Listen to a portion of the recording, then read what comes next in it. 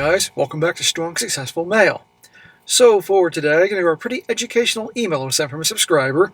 This is my guy. I believe he's probably mid-20s, 24, 25 years old at best.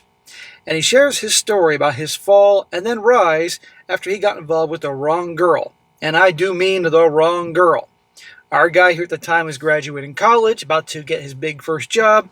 But unfortunately, he had no experience with women, relationships, and I don't think much beyond that.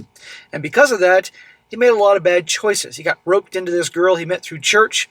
She claimed she was a, wait for it, born-again virgin. You can all see where that's going. And made a ton of mistakes and bad decisions because he thought, she was the one and this is how you act.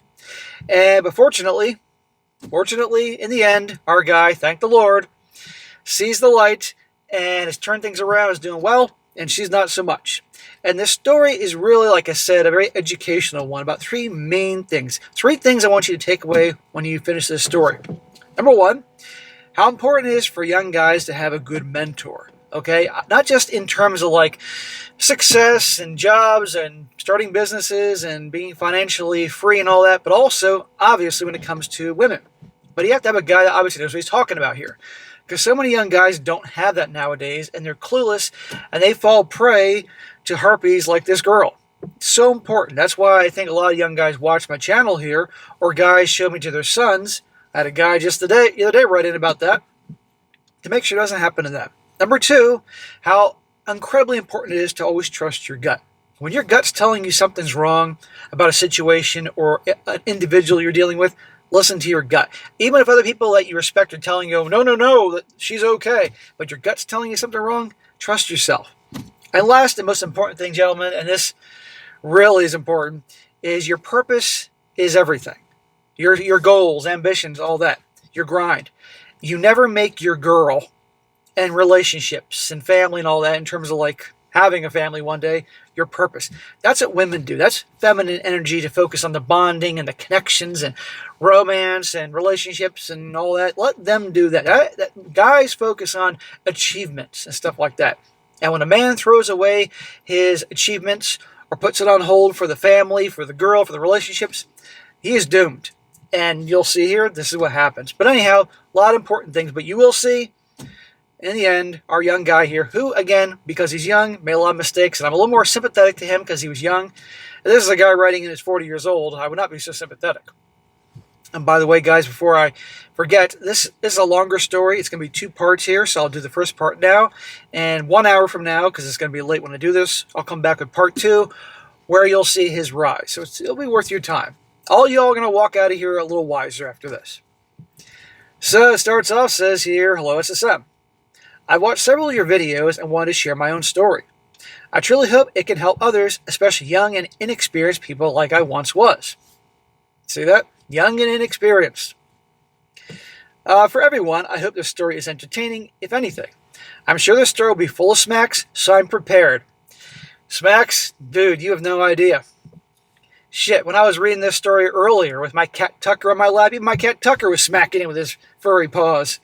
Yeah. But no problem. Be prepared. Hope you get your ice pack ready on your face. For purposes of the story, you can call me Luke. Well, nice to meet you, Luke. You can call me Obi-Wan. Please excuse any awkward phrasing. English is not my first language. The story begins a few years ago while I was pursuing my postgraduate degree. Okay, so all right. So at the time, you're probably 23, 24. During that time, I regularly attended a midweek Bible study that I really enjoyed with a small group and had many great conversations over the years. One evening, I arrived earlier than usual and sat in my usual spot. Across from me sat a shy, unfamiliar girl. I introduced myself and we started talking. The conversation flowed naturally and easily. Let us call her Sophia. I learned that she was from a conservative religious household. I've heard that song and dance before. And was from another state, had moved here for college, attended the same church as me, and loved Bible study, which is one of the reasons she joined the group. Before the night ended, we exchanged numbers and went our separate ways. Okay. Sounds good to me. What can go wrong with a conservative girl who likes to study the Bible? Well, a whole lot. Well, the next day, I messaged her to say I enjoyed our conversation and hoped to see her again. We texted briefly, but the conversation eventually faded. I didn't think much of it, weeks passed, and I continued on with my life. Well, that didn't sound like she was too interested in me. And notice you're the one that reached out to her first. Always let her. You exchange information, unless you're asking her out for a fucking date or something like that, see if she reaches out to you. Well, one random Saturday, while running errands, I received a text from her, simply said, "Hey." That's it. Hey? One of those, huh? I replied, and she asked if I was going to church the next day. When I said yes, she asked if I could give her a ride since she didn't have a car. Here we go. One of those. Using the guys for transportation. I agreed, and the next day I picked her up, and we had great conversations on the way back and forth. Smack! Alrighty, you're being her chauffeur. No, don't do that. She asked if I could continue giving her rides in the future, and I told her I'd be happy to help. Smack! Now you really are her chauffeur. Bro, you can make all the excuses you want that I'm going to church anyway, and it's the Christian thing to do to give her a ride. No. She giving you gas money? Is she helping pay your, for your oil changes and stuff like that, or wear and tear in the car that you're going out of the way to pick her ass up?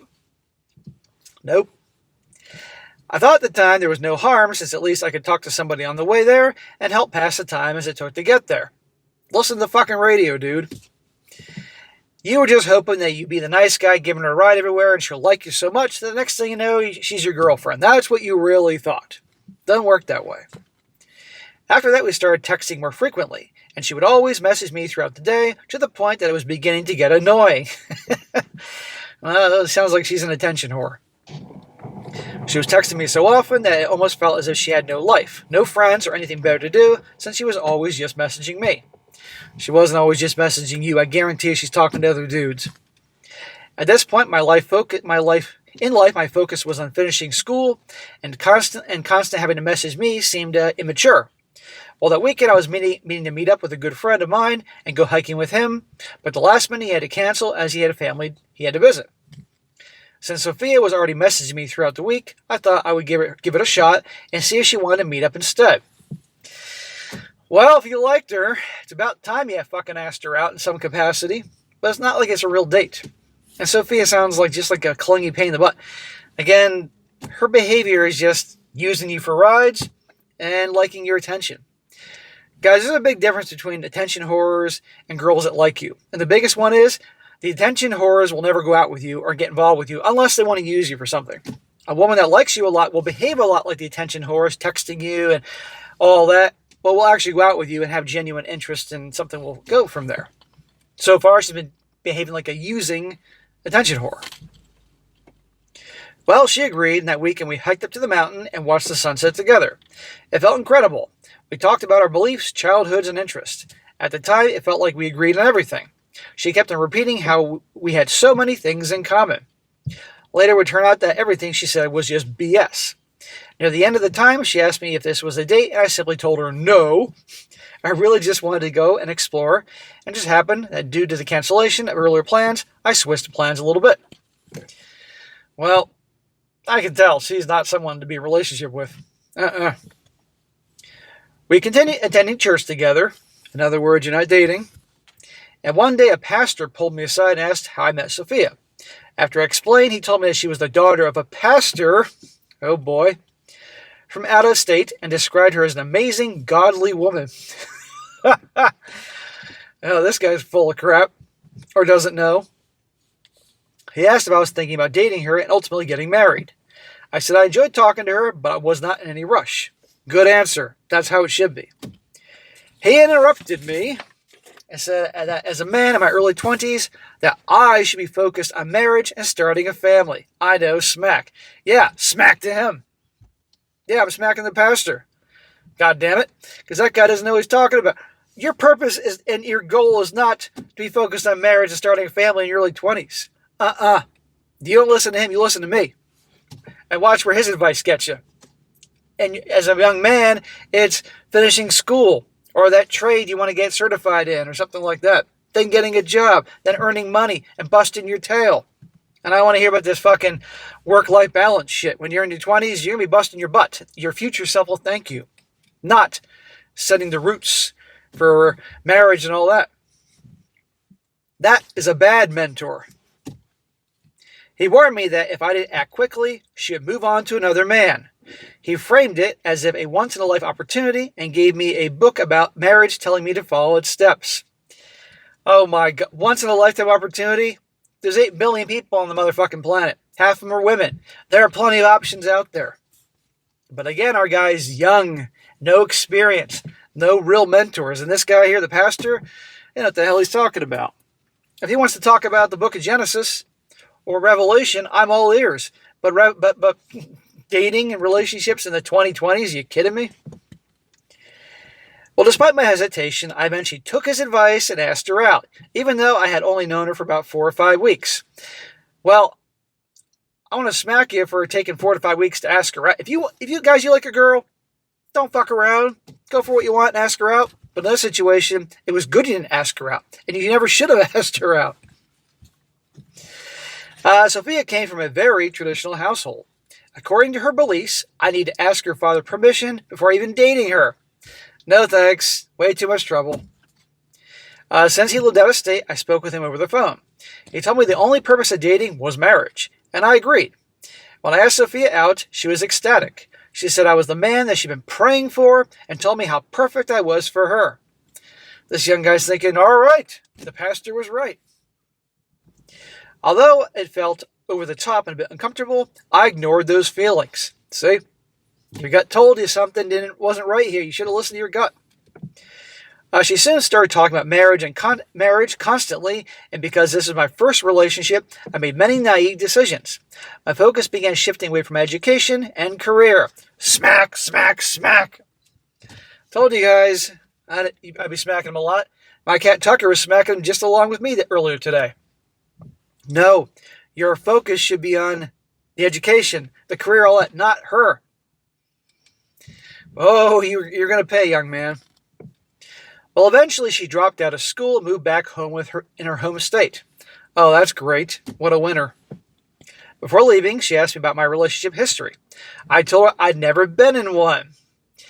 There you go. She's probably like, oh, yeah, I can jerk this motherfucker around. And let's see if I'm right. When I asked about her past, she admitted she had previously had an affair with a married man twice her age. She assured me that she had repented, and now she was a, wait for it, born-again virgin. Dude, run. Run, run, run. These are the signs from the Lord for you to escape, my young man. Had an affair with a married man, twice her age. Well, but she's repented. I got no problem with people repent and want forgiveness and have a better life, but clearly she has learned a lesson. This ain't girlfriend material. Over the next few weeks, she would tell me more and more about what happened and how she was, wait for it, a victim of all this. Of course she was the victim. She went on to say that God had forgiven her for what she had done, which she was at the same time the victim, and that in the same way, I should not be bothered by it since it was just the past, and she has previously said how she is now a born-again virgin. And your younger dumbass self is like, okay, sounds good to me. She then explained more about what happened and told me she knew that he was married at the time and that he had a kid with his current wife. That makes it worse. Oh my God. She always had to sneak out of the house to meet him, and that they also did the dirty work at his house when his wife was at work in their bedroom. She got off on it. She's a freaking snake. She's a homewrecker. Don't get me wrong, the guy that was banging her was a piece of shit too, but you get my point. When I asked her why she would do something like that, she answered that it did not bother her that he was married. Then it's not going to bother her to do other immoral things. She then shifted the conversation and told me how lucky she was to be with me, and I was the only man that ever treated her good. Well, we entered into a long-distance relationship. Smack! Terrible idea. After she had left and after graduating. After graduating, I flew out to see her.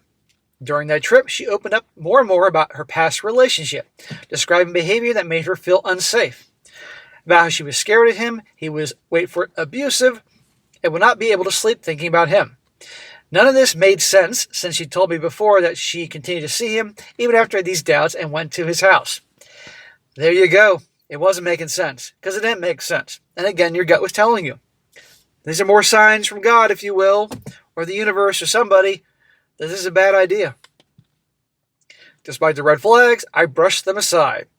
It's not to say that this did not bother me deeply, and I would sometimes have a sick feeling that I was in a relationship with a WHORE.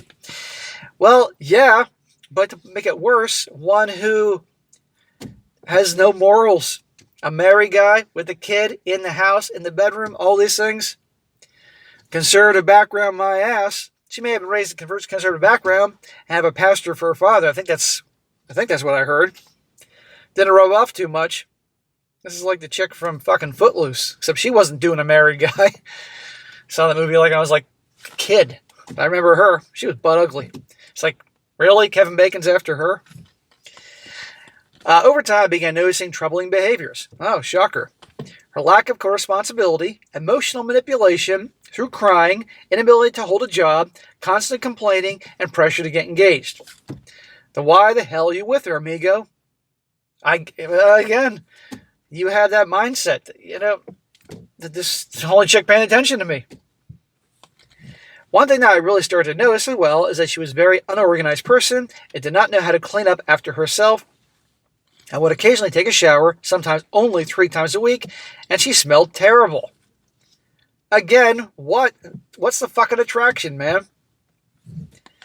She did not have the mental type of, she did have the mentality type of a middle school boy who treated deodorant or perfume as a shower in a can. All that perfume or deodorant was not enough to cover the stench, and every time she rode in the car, it smelled bad. And tell her to take a fucking shower.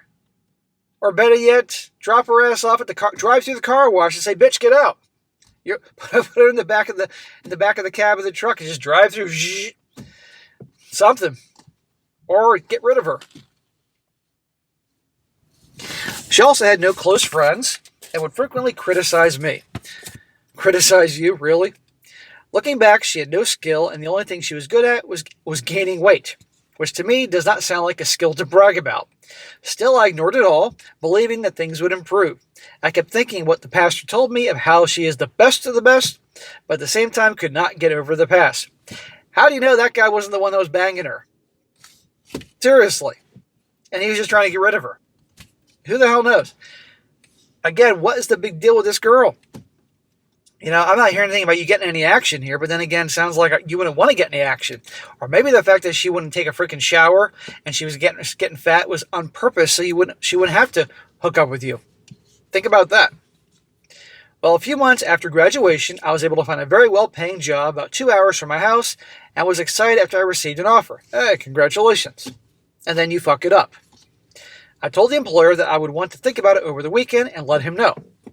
Although in this career some do very well after several years of working, the first few years pay comfortably but not anything amazing. This job, however, was unique since from the beginning it paid very well, had amazing benefits, and was located in a very affordable region that I would easily be able to buy a house if I wanted to. Great. That sounds like a great deal. Until you fuck it all up. My goals for the longest time was to buy a property with a large acreage and do the things I loved most of my times off from work. I was passionate about gardening, growing my own food, and taking care of animals like cattle and sheep, and viewing this as an amazing opportunity. Yeah, so it sounds like you could work from home from this. I guess obviously you're in some kind of programming or software or AI this or who the hell knows, but this is great, man. I was also near nature and seemed like the best place for me to be. It was in a small rural area and was looking forward to not dealing with the unbearable traffic that I had always hated. Everything seemed so good and was eager to go. When I told Sophia, she accused me of only caring about myself and not prioritizing her. This would have been the part you really should tell her to F off. Instead, you're roped in. And I'm sure a lot of you guys could pick up at this point. Sophia, aside from being a disgusting, smelly fucking slob, she's also a narcissist. I did tell her that this job was paying amazing from the get-go, and it was an amazing opportunity that I could not pass. but she kept insisting that I leave my state and move towards hers. I let her know that everything I have is here, including my family, friends, my hobbies. We were only in this relationship for 5 months, and I mentioned that to her. She simply responded that everyone she knows is already married and that 5 months is enough time. What a load of crap. Dude, she's in another state. It's not like you're even seeing her very often. And I'm not hearing about you getting any nookie, not that you'd want to. She told me that since I was in a relationship, I should prioritize only her and that my family and friends would no longer be my priority. After knowing you 5 months and we don't have been around each other and you don't have a job and you're not doing anything to contribute to this relationship, yeah, no thanks. She said I should be thinking only about marriage. Like the complete idiot I was at the time, I caved and agreed. Smack! Fucking idiot. Yeah, I'm saying that. Now, younger you were the effing idiot. You have redeemed yourself. You will in part 2. But my God, I might add, guys, you're going to see how oftentimes it has to get really bad for somebody until they finally wake up. This is the shit that can happen to clueless guys that have no role models, no one teaching them, and will take anything they can get in terms of attention, and how women like these narcissists will destroy these guys or come close to it. Well, after looking for a while in her state, halfway across the country, for a job, I eventually found a job in that state and moved there. You passed up that great opportunity with all the things you ever wanted to move someplace else for her. Smack! Let's see how this works out. The job was a major cut from what I was offered earlier. That was tens of thousands of dollars less than I would have made at the other job. It is also important to mention that the city I was getting this job in was a notoriously expensive city with high crime and people crapping on the street, injecting themselves with needles provided by the city on the money taken from taxpayers. Well, I know what the city this is, and instantly I knew what city it was, and you'll see in a second. Let's see if you guys can guess right now what U.S. city this is. You'll probably guess between two. One starts with an S, and one starts with a P. Let's see if you're right. Well, with the money I would have making, I would not have been able to even rent an apartment and be able to save any money.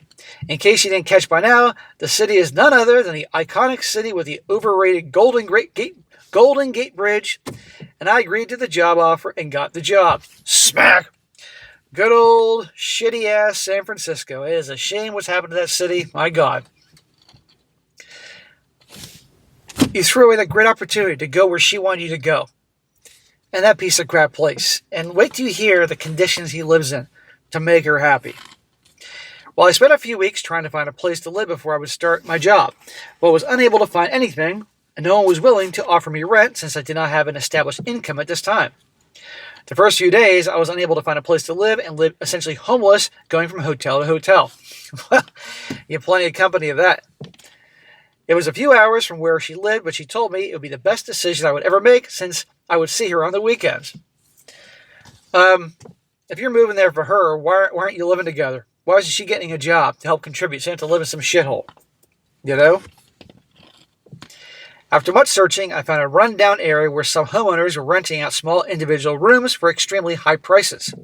But it was the only thing I could afford at the time. It was insanely high. In comparison, at other places that offered me a job, the mortgage on a nice house was less than here. I eventually moved in this small room. My God, man. This piece of crap for her, and she's doing nothing for you but bringing chaos into your life. See, guys, this is why you do not sacrifice your purpose and goals and opportunities for some girl, let alone an awful girl like this. How this guy didn't have anybody in his life telling him what the hell's the matter with you? Maybe they did. He's just not mentioning it. I don't know. From the beginning, I was having issues at this house. The first night there, I heard police sirens the whole night, as well as an occasional homeless people screaming outside. I believe I'd been heard some gunshots at one point, but I'm not sure with all the chaos and noise I would hear. It also turned out that all the other people renting rooms were people who had long criminal history and were in and out of prison for crimes such as rape, robbery, beating people up, as well as many other issues. Oh, what a great situation you got yourself into. My God. Well, guys, we're at 25 minutes or so at this point, and this is the point where I'm going to cut off for part one because it's getting kind of long here. Now, a lot of you may be like, oh, God, I want to hear this shit. I'm not coming back for part two. Come back for part two. Because in part two, you're going to hear some more shit. But then, thank the Lord, our guy sees the light. And it will end on a high note, I promise you, for him and not for her. And this guy learns a lot. And this is a bit of a painful one, but we got to learn. I got to read these every once in a while, guys, to help you show you what not to do. I'll see you in 1 hour.